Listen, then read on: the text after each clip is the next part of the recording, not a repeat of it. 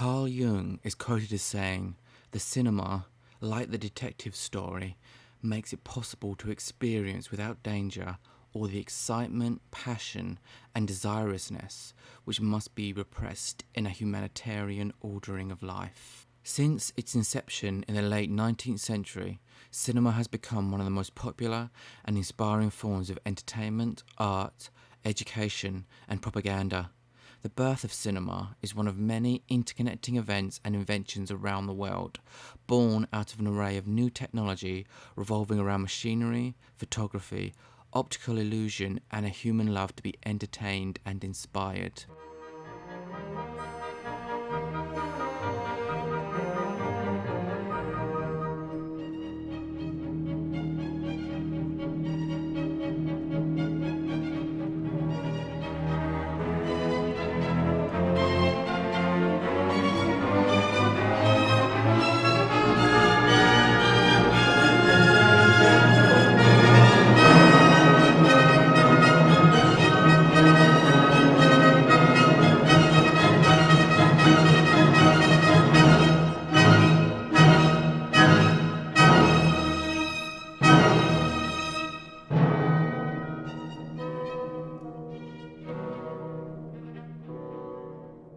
One of the marvels of cinema is that no one country can claim its paternity, and it is a worldwide endeavour encompassing many different people from around the globe.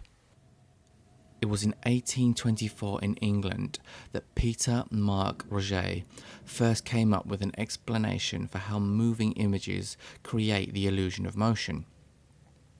Although later proven to be incorrect, this principle is known as the persistence of vision.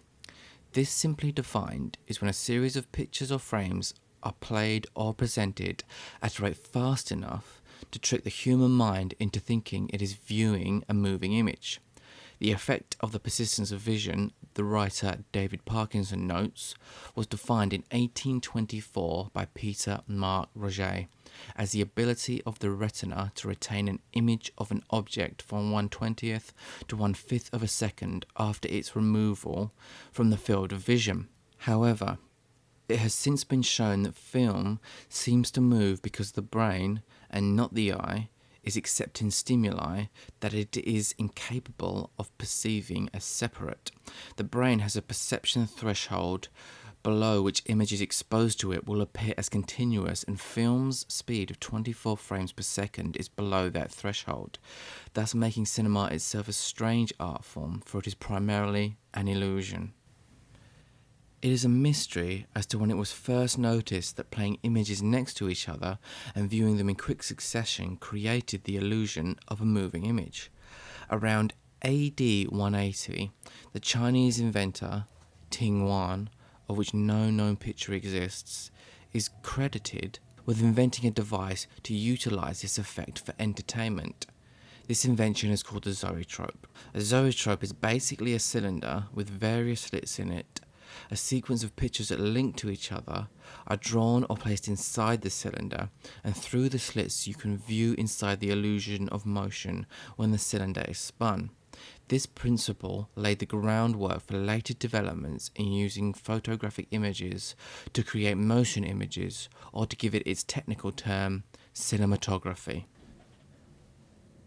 Motion images are one part of the founding principles of cinema, but key to its development was the projection of images in shapes. The origins of light projected images date back to the puppets of China, India, and Java. It was not until around the 17th century that light projected imagery would start to become popular in Europe and North America, and it was the magic lantern that captivated people's attention. The magic lantern was used as a form of entertainment starting as early as the 15th century, and its first incarnation may even date back as far as the time of King Solomon. Its precise origins are a mystery, and no original inventor is known of. The magic lantern itself is simply a lantern which its light source, usually created by a wick or candle, is used to project a single slide or shape onto a wall or flat surface. The magic lantern relates directly to the modern-day slide projector and only contributed in part to the development of cinema, albeit an important one. Various enhancements of this technology included using a magic lantern to project motion images from a zoetrope, thus building the groundwork for cinematic film projection. It was developments in light-projected entertainment technology that were to be used in the newly developing science of photography to establish what we know as cinematography. The history of photography is also one of complex inventions and discoveries around the world. The very first developments in photography and optics originated thousands of years ago. Aristotle wrote and developed ideas of how human vision works and studied rays of light. He used a pinhole camera, or camera obscura, so he could study light rays. Aristotle was one of the first people known to study light using a camera obscura, although its invention has not been accredited to one single person and its original development remains a mystery. The camera obscura is basically a box with a small pinhole that allows a thin ray of light into the box. This ray of light can be viewed as an image if the camera obscura is adapted to pick up the reflection using a mirror or shiny surface. Ibn al-Hathim, who lived 965 AD to 1040 AD, an Arab scholar who was born in Iraq, further developed the camera obscura and noted that a single ray of light that passed through the hole also carried the image reflected from wherever the light was coming from, and in this sense that light carries information. This seemingly simple discovery was a revolutionary one in the development in the history of how vision works, and it is a principle that paved the way for the capturing of photographic images for use in the pinhole camera. Initially, the camera obscura was used as a sketching aid by artists, and it wasn't until around the 1820s and the development of chemical photography that fixing the image became a reality, and photography took its first steps into the recognizable form that it is today. As far back as the 13th century, it was known that some chemicals darkened or changed colour when exposed to light.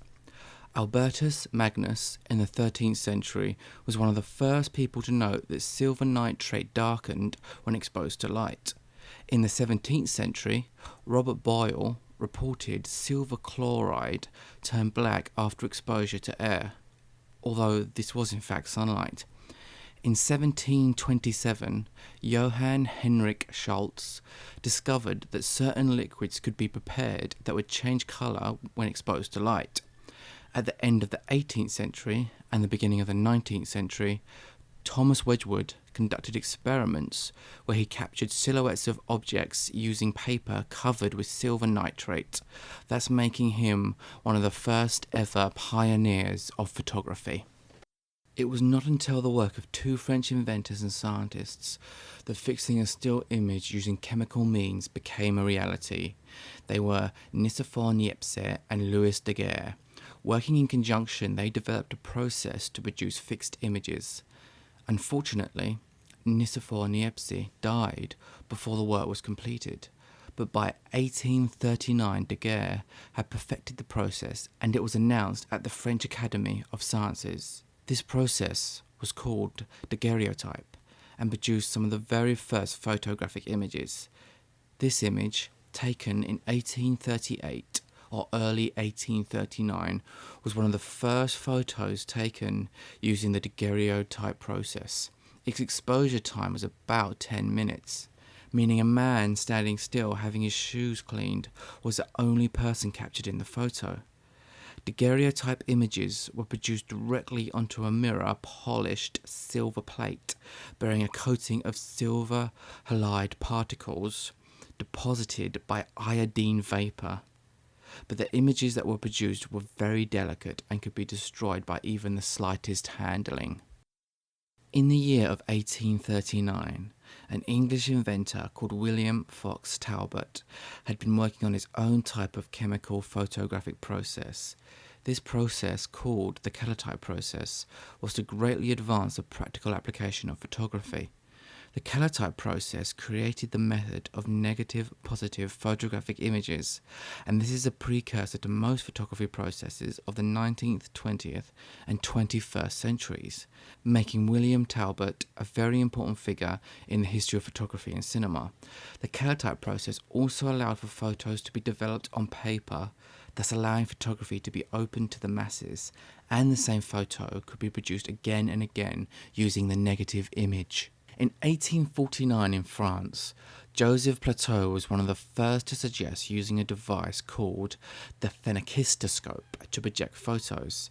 This device, developed in 1839, was similar to the Zoetrope but more advanced. Later, in 1877, a device called the Praxinoscope was created by Charles-Émile Reynaud. This was another technological advancement from the Zoetrope, and in 1889 he created the Theatre Optique using the Praxinoscope. Not only to rotate images, but also using an adapted magic lantern, he projected these images onto a screen. But the static photos used at the time in such devices proved to be little better than pictures, and a way of recording action simultaneously as it occurred was needed. Two great innovators were to work in this field and develop the process of series photography, allowing the capturing of multiple images in chronological order. They were Etienne Jules Marie and Eadweard Muybridge. Eadweard Muybridge is most famous for his sequence of photos of a horse race, proving that a horse does lift all hooves off the ground when it gallops.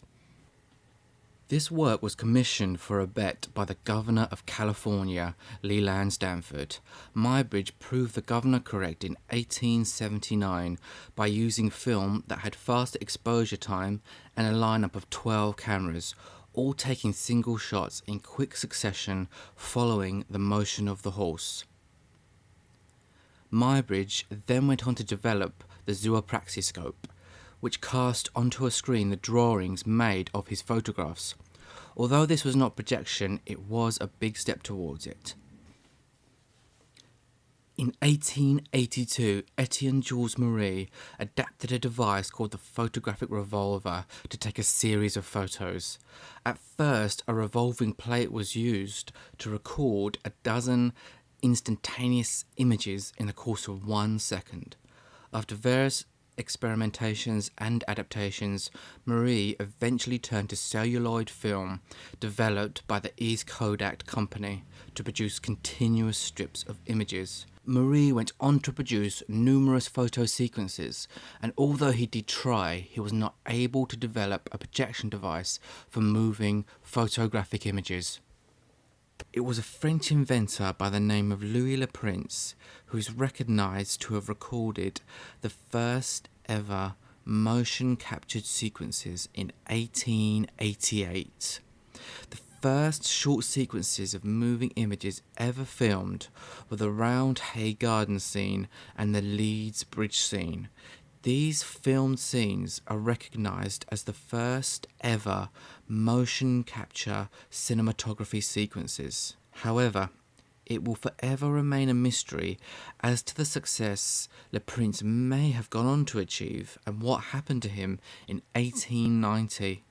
For in 1890, after seeing his brother, he boarded a train in Dijon that was heading for Paris, where he would meet with friends and then go on to America, where he was planning to patent his single lens camera.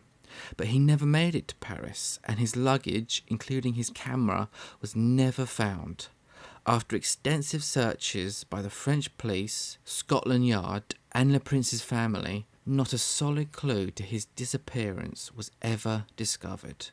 There remains till this day a large amount of speculation about Le Prince's disappearance. It is unlikely we will ever know what happened to Le Prince, but above all else, he should be remembered for the contribution he made towards cinema. At about the same time, Thomas Alva Edison was also developing motion capture cinematography. Edison was to fund his head engineer, William Kennedy Laurie Dixon, in the development of a photo sequence capture camera. Dixon developing and adapting elements from all other motion capturing devices and knowledge, developed a film camera called the kinetograph in 1890. A year later, he developed the kinetoscope, a large device to view the motion captured images. Edison also set up the first ever movie studio in the early 1890s, where various but limited footage was shot, including the Rice Irwin Kiss and the Fred Ott Sneeze. These short movies were limited to the technology at the time, with most being unedited lengths of celluloid no longer than the strips of celluloid themselves. The kinetoscope was not a projection device though, and Edison unwisely disregarded the possibilities of projection and concentrated on peep shows, thinking they would be just another whim in a novelty-hungry age. During the same period, two French brothers were working on their own film capturing and projection device. This device, the cinematograph, was to bring about the dawn of modern cinema, and it was the Lumiere Brothers who were the inventors. It was in 1895, on the 28th of December, that one of the most famous film screenings in film history took place. It was held at the Grand Café in Paris, and customers paid 1 franc for the screening of 10 short Lumiere films. The screening lasted for about 25 minutes. The films included, amongst others, workers leaving the Lumiere factory and Cordeliers Square in Lyon. What the Lumiere brothers had achieved using the combination and development of previous technology was a workable way of combining the kinetoscope or viewing device with the magic lantern, thus projecting a sequence of photos to create the illusion of a moving image, or as it is also known, cinematography. It must be mentioned that the Lumiere brothers had done screenings before using their projection device, but this is a date that has gone down in history and is one of the first screenings to charge an entrance fee, one of the foundations of modern cinema. The Lumieres also should be celebrated, for they stand high in the rank of film innovators in history. Along with the assistance of the inventor Georges Carpentier at their photographic firm, they invented the cinematograph, a 3-in-1 device that could film, print, and project images. It was hand crankable, portable, and soon after its invention, it was being used around the world. Interestingly, the Lumiere brothers believed that the cinema or film projection would be a short-lived form of entertainment, and audiences would soon become bored of the novelty and not wish to pay for motion images that they could see with their own eyes for free. Louis Lumiere is famously quoted as saying, "The cinema is an invention without a future." The audiences had other ideas and loved the new form of entertainment, constantly creating a demand for cinema. As technology of cinematography advanced, so could the creative output using the new medium. One of the forebearers to take advantage and develop the creative aspects of cinematography was Georges Melies. He is considered by some to be the father of the narrative film, and whom D.W. Griffith is quoted as saying, "I owe him everything." Melies made over 500 films from 1896 to 1906. He was one of the first people to introduce cutting and chronological editing as we see in the movies today. It was also at this time that public demand for the movies was increasingly and unexpectedly growing. Around the same time that Melies was making his first short films, Edwin S. Porter, in 1903, working for Edison, made The Life of an American Fireman, which displayed new visual storytelling techniques and incorporated stock footage with Porter's own photography. It acted as a major precursor to Porter's most famous film, The Great Train Robbery, also made in 1903. This had a running time of 12 minutes and is considered a milestone in narrative filmmaking, and one of the first films to tell a story, albeit a simple one. The first ever device developed to record sound before the phonograph was called the phonautograph. This was invented in 1857 by Eduardo Leon Scott in France. This device transcribed sound waves onto a visual medium, the first medium of which was a lamped, blackened glass plate. But this device had no means of playing the recordings back. A fascinating insight into this period of sound recording was that it was not realized at the time that the waveform transcribed by the phonautograph was a recording of the sound wave that only needed a playback mechanism to replicate the sound. In 1895, Thomas Edison introduced the kinetophone, which marks the first time sound was added to cinematography. The kinetophone was not a projection device, and sound was added using a device called a cylinder phonograph that was added to the kinetoscope to produce the kinetophone. It was in 1899 that a sound system called Cinematography or Phonorama was exhibited in Paris. This device required headphones to hear the sound, which was similar to the kinetophone. It was not until Clement Maurice and Henri Leray in France developed the Phono cinema theatre that allowed the projection of sound in theatres. This system was first exhibited at the Paris Exposition in 1900 and is considered the first public projection of both recorded sound and motion image. Meanwhile, silent film production was starting to gain pace around the world, and what is considered the first feature-length film was made in 1906 by Charles Tate in Australia. It was called The Ned Kelly Gang. At 70 minutes long, it had an unprecedented running time and only made on a budget of around $2,250. Although the complete film has since been lost, with only around 12 minutes running time left in existence. As film technology advanced, so did the creative and storytelling possibilities. It was in the first part of the 20th century that one of the first famous film directors came to prominence. His name was D.W. Griffith, and he is considered one of the fathers of modern cinema. It was in 1908 that a young D.W. Griffith made his first movie, The Adventures of Dolly. Still in the period of silent film production, its narrative structure and editing were to set the way for Griffith's coming skill with filmmaking.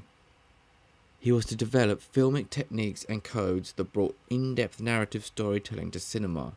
He directed around 450 films and was one of the most successful directors of his time. One of his most notable films, Birth of a Nation, made in 1915 and based on Thomas Dixon's American Civil War movies, was racist and showed a lack of integrity in portraying African Americans. He would respond to criticism about this film by making Intolerance, shot in 1916. This movie used some of the biggest film sets and crew sizes ever at that time. The story portrayed 2,500 years of history and showed how truth and justice are threatened by hypocrisy and injustice. Although audience reaction was muted at best, Griffith's career faltered after 1916, and in 1931, when a film he made called The Struggle was a failure, he would endure a 17-year exile from Hollywood, never to return to his once high status. Griffith certainly was not the only person developing filmic codes and narratives, and his work was in part continuing on from others, such as Georges Melies and Edwin S. Porter. Whatever you may think about Griffith, his work showed cinema technology had entered a truly advanced form of storytelling and narrative construction. In Russia, at the beginning of the 20th century, not long after D.W. Griffith was setting forth his place in cinematic history, the Russian director Sergei Eisenstein was developing his own distinct form of cinema. In the 1920s, Russian montage, as it is known, came to be a prominent filmmaking style in Russia. The basic concept of montage relies heavily upon editing and creating meaning through the collaboration of shots in a sequence and not from a storyline. For example, the three shots that are shown here are taken from Eisenstein's Battleship Potemkin. They are played in sequence to signify the meaning of Soviet Russia rising up against the oppression of the Tsar. The term montage literally means putting together, and for an oversimplified example, if you place a shot of an ear, then the shot of a door next to each other, the meaning would be eavesdrop. This is montage in a nutshell. In 1925, Eisenstein made one of his most famous films, Battleship Potemkin, a revolutionary portrait of mutiny aboard a Russian battleship not long before the Russian Revolution. Although praised by critics, Russian audiences were indifferent to it and much preferred entertaining and emotionally engaging Hollywood-style continuity films. Importantly, montage offered another approach to filmmaking other than a continuity-based style, and it also showed how far the technology of cinema had come in little more than 25 years. The progress of sound recording and playback for cinema had been steadily advancing, although applying synchronized pre-recorded sound to film had encountered many problems, such as recording fidelity, synchronizing sound to film, and projecting sound at a satisfactory level. These problems were to be overcome by the advance of technology and innovation. In 1919, an American inventor called Lee D. Forrest developed one of the first sound-on-film technologies for commercial application. In Forrest's system, which he called Phono film, sound was photographically recorded onto one side of a strip of film to create what was called a composite, where simply two elements have been composited together. If the sound was synchronized exactly to the film, the playback would be perfect. Another system developed and used in the first part of the 20th century was called the Vitaphone. The Vitaphone was a disc-based system produced by General Electric and purchased by Warner Brothers. The Vitaphone did not print sound to film, but onto 16-inch phonograph records. These records were then played using Vitaphone systems at theatres where the film they were produced for was playing. There were many problems with the Vitaphone system, including synchronization with the film being projected and the phonograph records, which could not be edited and limited the creative output for films using the Vitaphone system. Taking into account numerous technological improvements, it would be sound on film that would eventually become the universal standard for synchronized sound in cinema. It was in 1927 that one of the first movies ever produced to contain synchronized dialogue sequences was released to the movie-going public. This film was The Jazz Singer, and it used the Vitaphone system. There had been other films that had used synchronized sound and music, such as Don Juan, released in 1926, that had a musical score played by the New York Philharmonic. The Jazz Singer was the first to have dialogue, which accounted for about 25% of the soundtrack in the movie. The movie heralded the coming of the so-called talkies and signalled the start of the end for silent films, where talkies were ultimately more popular and technologically advanced. The movie itself is based on a stage play by Samson Raphaelson. It has a culturally complex storyline with a young Jewish man trying to make it as a jazz singer against the wishes of his father. It was a signifier of the times that so-called blackface makeup was used by Al Jolson, who plays the lead role. This was naively racist at best and was used to take on the appearance of an archetype of African Americans, although there is the assimilation of African Americans and Jews experiencing similar identities as outsiders, and this is something that is put across in the film. At this point, cinema had come a long way, bringing together motion, image and sound, with many brilliant innovations, inventions, passion and commitment, creating one of the most unique and inspiring art forms and entertainment that has ever been produced in the history of the world, establishing itself as a powerful element in modern societies.